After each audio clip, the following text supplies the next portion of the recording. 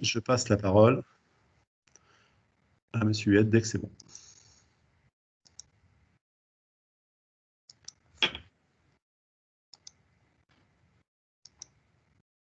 Bonjour, bonjour à tous. Donc, Huet, je suis le président du comité d'organisation de la Semaine fédérale internationale de cyclotourisme de Valogne. J'ai un souci, j'ai plus mon partage. Mon fichier de partage n'est plus là.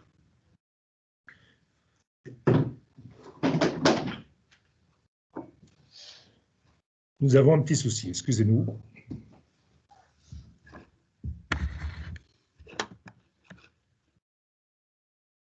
Alors, on revient dans une seconde, excusez-nous.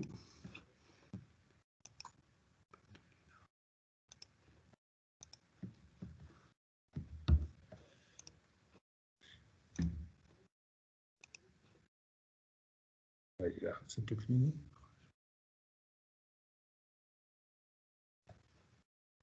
Bon. Donc voilà, si je vous êtes à l'écran.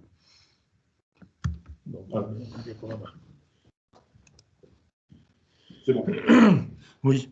Bon, bonjour. Donc, je vais vous présenter la 82e Semaine fédérale internationale de cyclotourisme, donc, qui a lieu à Valogne du 25 juillet au 1er août.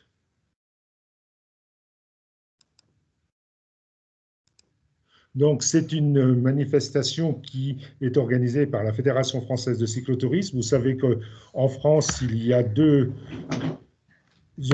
fédérations de cyclisme. Une, la Fédération française de cyclisme qui s'occupe de la compétition, et la Fédération française de cyclotourisme qui s'occupe du tourisme à vélo. Cette manifestation existe depuis 1927 et rassemble entre 10 000 et 12 000 personnes. Le record a eu lieu en 2001, nous étions 17 000 à Quimper. Ça en fait le plus grand rassemblement de cyclisme en Europe.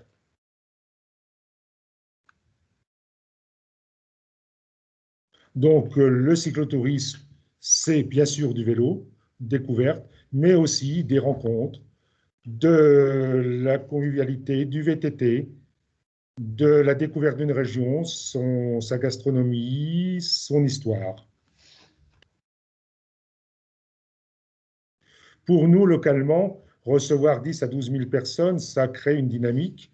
Au niveau des animations régionales et locales, on doit pouvoir être capable d'organiser des activités festives, réaliser des aménagements, parce que vous imaginez bien que recevoir 12 000 personnes, les structures ne sont pas prêtes.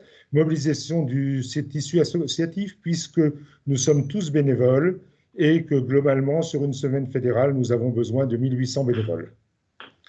Ça présente un intérêt économique, puisque des études ont montré que chaque cyclotouriste va dépenser au moins 40 € par jour, et au total, ça fait plus de 4 millions d'euros injectés dans l'économie locale. Et ce qui n'est pas négligeable, si les cyclotouristes ont l'impression, ça je vous le dirai tout à l'heure, d'être bien accueillis, ils reviennent les années suivantes. Alors, une semaine fédérale, ça se passe comment? Chaque jour, du dimanche au samedi suivant, on propose des parcours, en général centrés sur la ville organisatrice, donc dans le cas présent, c'est Valogne. Vous pouvez voir la Marguerite. Nous allons, par exemple, le lundi vers Coutances, le mardi vers Laghes, 4 à 5 parcours, puisque tous les cyclotouristes ne sont pas capables de faire 160, 170 km, sont proposés chaque jour. Les plus petits sont de 40 à 50 km et les plus gros jusqu'à 170 km. Des ravitaillements sont proposés par les organisateurs. On en a fait 2 à 3 par jour. Le jeudi, c'est je dirais, au milieu de la semaine, un peu une journée familiale autour d'un pique-nique, des parcours raccourcis. Donc, dans le cas présent, ce pique-nique aura lieu à Saint-Valahou. Bien sûr, c'est avant tout une activité cyclisme route, mais aussi des activités VTT, ce qu'on appelle aussi des activités cyclodécouvertes. Ce sont des activités accompagnées et avec une découverte plus approfondie de la région. On propose aussi, pour ceux qui ne font pas de vélo, des excursions ou des randonnées pédestres. Donc, sur ces 10 jours, la semaine commençant véritablement le dimanche, du vendredi au samedi, on accueille les gens, on leur remet leur dossier pour la semaine. Là, le cas présent, ce sera remis à Sainte-Mère-Église. Le dimanche, les randonnées route et VTT commencent avec une cérémonie d'ouverture vers 17 h. Du lundi au samedi, donc ces randonnées dont on vient de parler. Le deuxième dimanche, un défilé de clôture. Et le lundi, deuxième lundi, les derniers participants s'en vont. Donc, la semaine fédérale a été attribuée en 2016 à la ville de Valognes et au comité départemental de cyclotourisme de la Manche. Donc, il devait avoir lieu, bien sûr, en août 2020, mais les circonstances ont fait que nous l'avons reporté en 2021. Donc, tous les chiffres que je vous donne sont bien sûr des chiffres qui étaient ceux de 2020. En ce qui concerne 2021, tout dépendra de l'évolution de la pandémie et des autorisations préfectorales. Donc, remise des dossiers à Sainte-Mère-Église, vendredi 23 juillet et samedi 24 juillet. Donc, ces personnes, nous devons leur proposer des hébergements. L'organisation propose, partant sur 10 000 personnes, 6 500 hébergements par l'organisation. 3 500 hébergements sont en le milieu donc privé, chambre d'hôtes, gîtes, camping. Nous devons organiser un camping d'une capacité de 5 000 personnes. Nous proposons du collectif et nous devons trouver environ 1 250 places d'hébergement chez l'habitant en dehors des gîtes, des chambres d'hôtes. Nous avons prévu ce camping qui devrait faire 32 hectares sur Yvetot-Bocage et Valognes. Tout est aménagé par notre organisation. Nous avons des sanitaires. Ceux-ci sont transportés d'une année sur l'autre. Ils représentent environ 7,35 tonnes. Hébergement collectif, typiquement des internats. Et chez l'habitant, donc, nous avions plus d'1 millier de places sur 450 personnes différentes. Une chambre, 2 chambres, voire plus.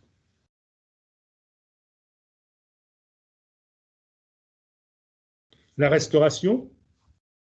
Alors, il est bien évident que nous n'allons pas faire la restauration pour 10 000 personnes. Donc, on propose une restauration par un traiteur, 7 à 800 personnes. Dans le cas présent, c'est le gymnase Février de Valognes.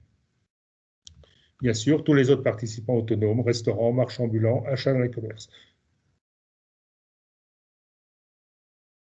Alors, chaque jour, nous proposons des circuits en étoile, ce que nous disions, 45 à 170 km, des circuits route, des circuits VTT, 25 à 60 km, et des cyclo-découvertes accompagnés.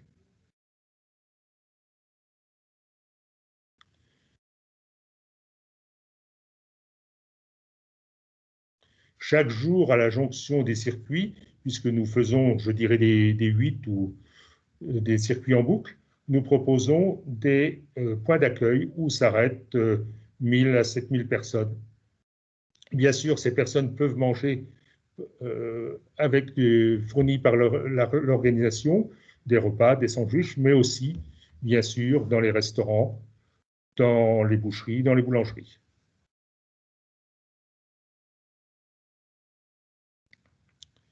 Nous proposons des activités spécifiques pour les jeunes, les personnes en situation de handicap.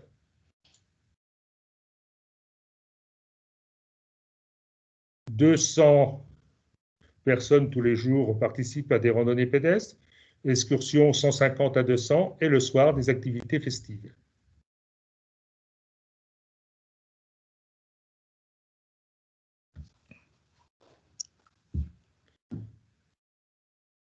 Les cyclotouristes qui ont une moyenne d'âge de 60, située entre 60 et 70 ans, sont très sensibles à l'accueil.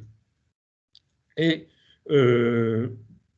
la Normandie, qui a déjà reçu 2 semaines fédérales, en 2011 à Flers et en 2017 à Mortagne-au-Perche, a été particulièrement appréciée par l'accueil, par les décorations sur le bord des parcours. Nous espérons que cette 3e semaine fédérale qui aura lieu en Cotentin sera aussi marquée par l'accueil.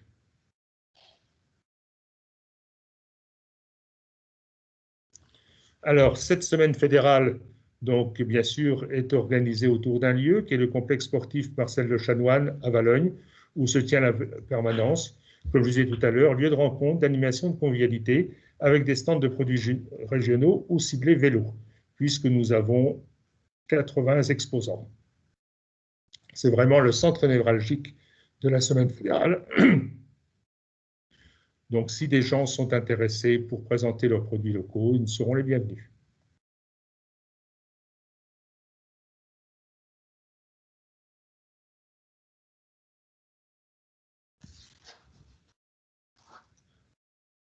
Donc, comme je vous le disais tout à l'heure, pendant la semaine, 1800 bénévoles. Nous avons commencé en 2016, 40 bénévoles en 2018, 60 à 80 en 2019 et en 2020, et 1800 pendant la semaine. Nous sommes tous bénévoles, y compris moi.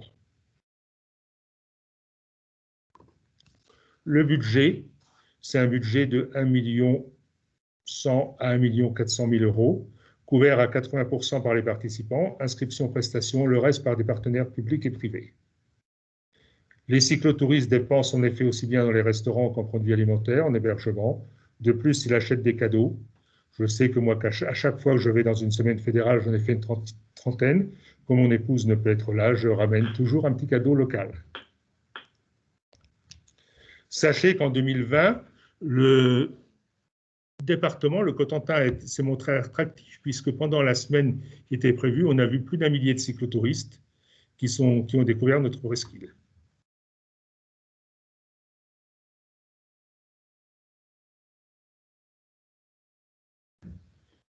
Donc, bien sûr, c'est une promotion régionale.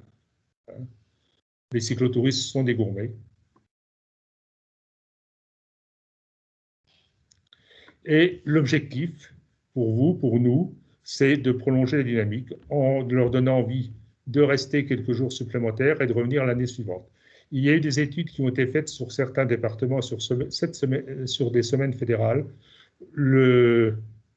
Comment dire, la dynamique se poursuit pendant 5 à 6 ans.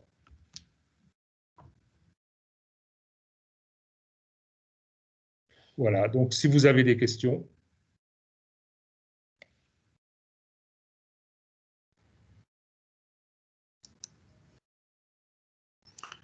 Donc, Monsieur Huette, vous avez fini votre Oui. intervention. Avez-vous tous des questions? Je vois qu'on est à peu près 25-30 personnes ici.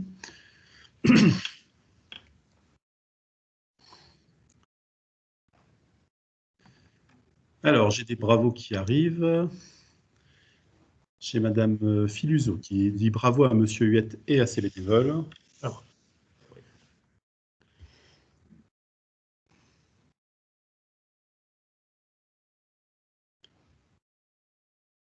Bon, on a été super rapide sur cette conférence. je ne sais pas si... Oui, je n'avais pas choisi pas le timing. Non, non, pas de souci. Donc, comme je vous l'ai dit en début d'intervention, cette conférence est enregistrée. Nous allons la mettre à disposition d'ici quelques jours sur notre site latitude-manche.fr. Et ensuite, vous pourrez la consulter. Peut-être nous mettrons aussi le PowerPoint à disposition. Alors, j'ai une question, Monsieur Huette de Nimarion. Par quels moyens les participants arrivent? Voiture, train ou autre? Alors, la plupart, 90% viennent en voiture.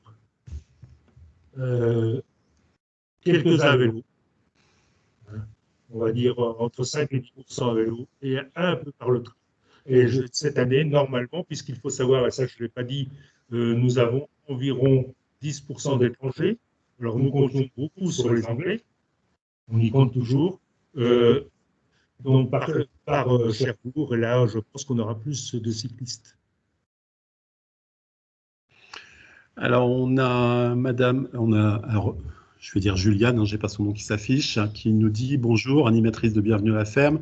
Nous nous étions rencontrés en 2020 pour relayer info aux hébergeurs de réseau. Avez-vous toujours des besoins en hébergement touristique à ce jour? Alors, les gens, on nous pose des questions et je pense que, compte tenu de la situation, nous allons sans doute en avoir besoin parce que vous comprenez bien qu'une année de report d'une année pour nous nous avons eu des frais très importants donc, sur l'année 2020 et nous avons décidé de réduire la surface de camping que nous organisions nous-mêmes.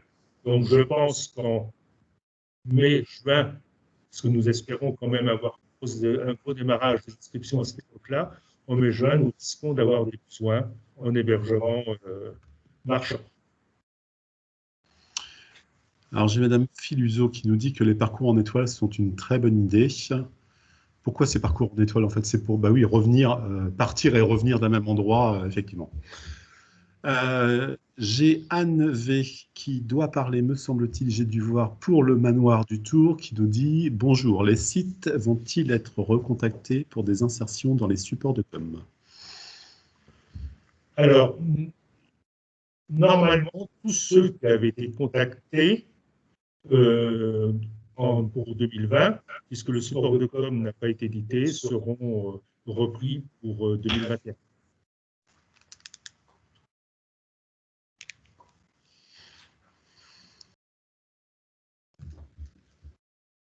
Alors oui, excusez-moi, on me signale qu'il y a de l'écho parce qu'il faut que je coupe mon micro quand on est dans la même pièce.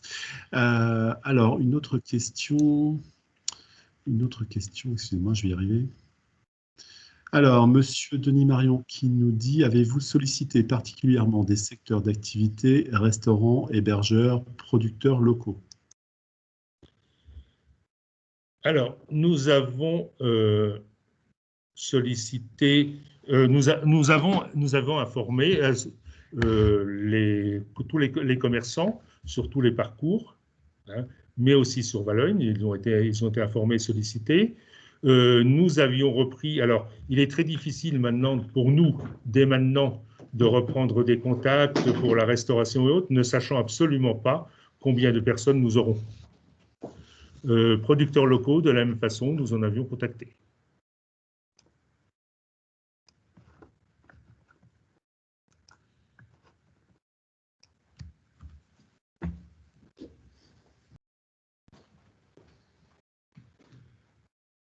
Excusez-moi. Alors, donc Juliane, d'autre part, des permanences de producteurs sont difficiles à organiser au quotidien. Par contre, nous avions évoqué la tenue de marché sur certaines soirées. Est-ce toujours envisageable?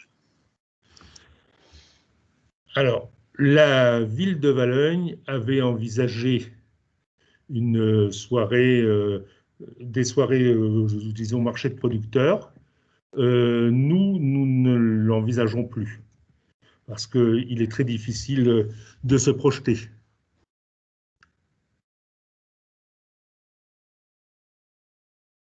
Oui, il y a toujours de l'écho. Pardon, désolé, il y a toujours de l'écho. Malheureusement, on a été obligé de se mettre dans la même pièce, donc il y a un petit peu d'écho. Voilà, je crois qu'on a fait le tour des questions pour l'instant. Avez-vous d'autres questions à poser? Comme je vous le disais précédemment, nous allons mettre cette conférence sur notre site internet latitude-manche.fr et je pense mettre à disposition le PowerPoint aussi au même endroit. Voilà, tout ça, c'est en cours. Ça va se faire dans les jours qui viennent. Je vous remercie d'avoir assisté à cette conférence et à bientôt pour les prochaines. Il y en a une qui va démarrer dans quelques minutes sur les services de Latitude Manche, tout ce qui est prévu de faire pour la saison, présenté par Lydie Lemaître. Je vous invite à vous y connecter. Au revoir à tous et à bientôt.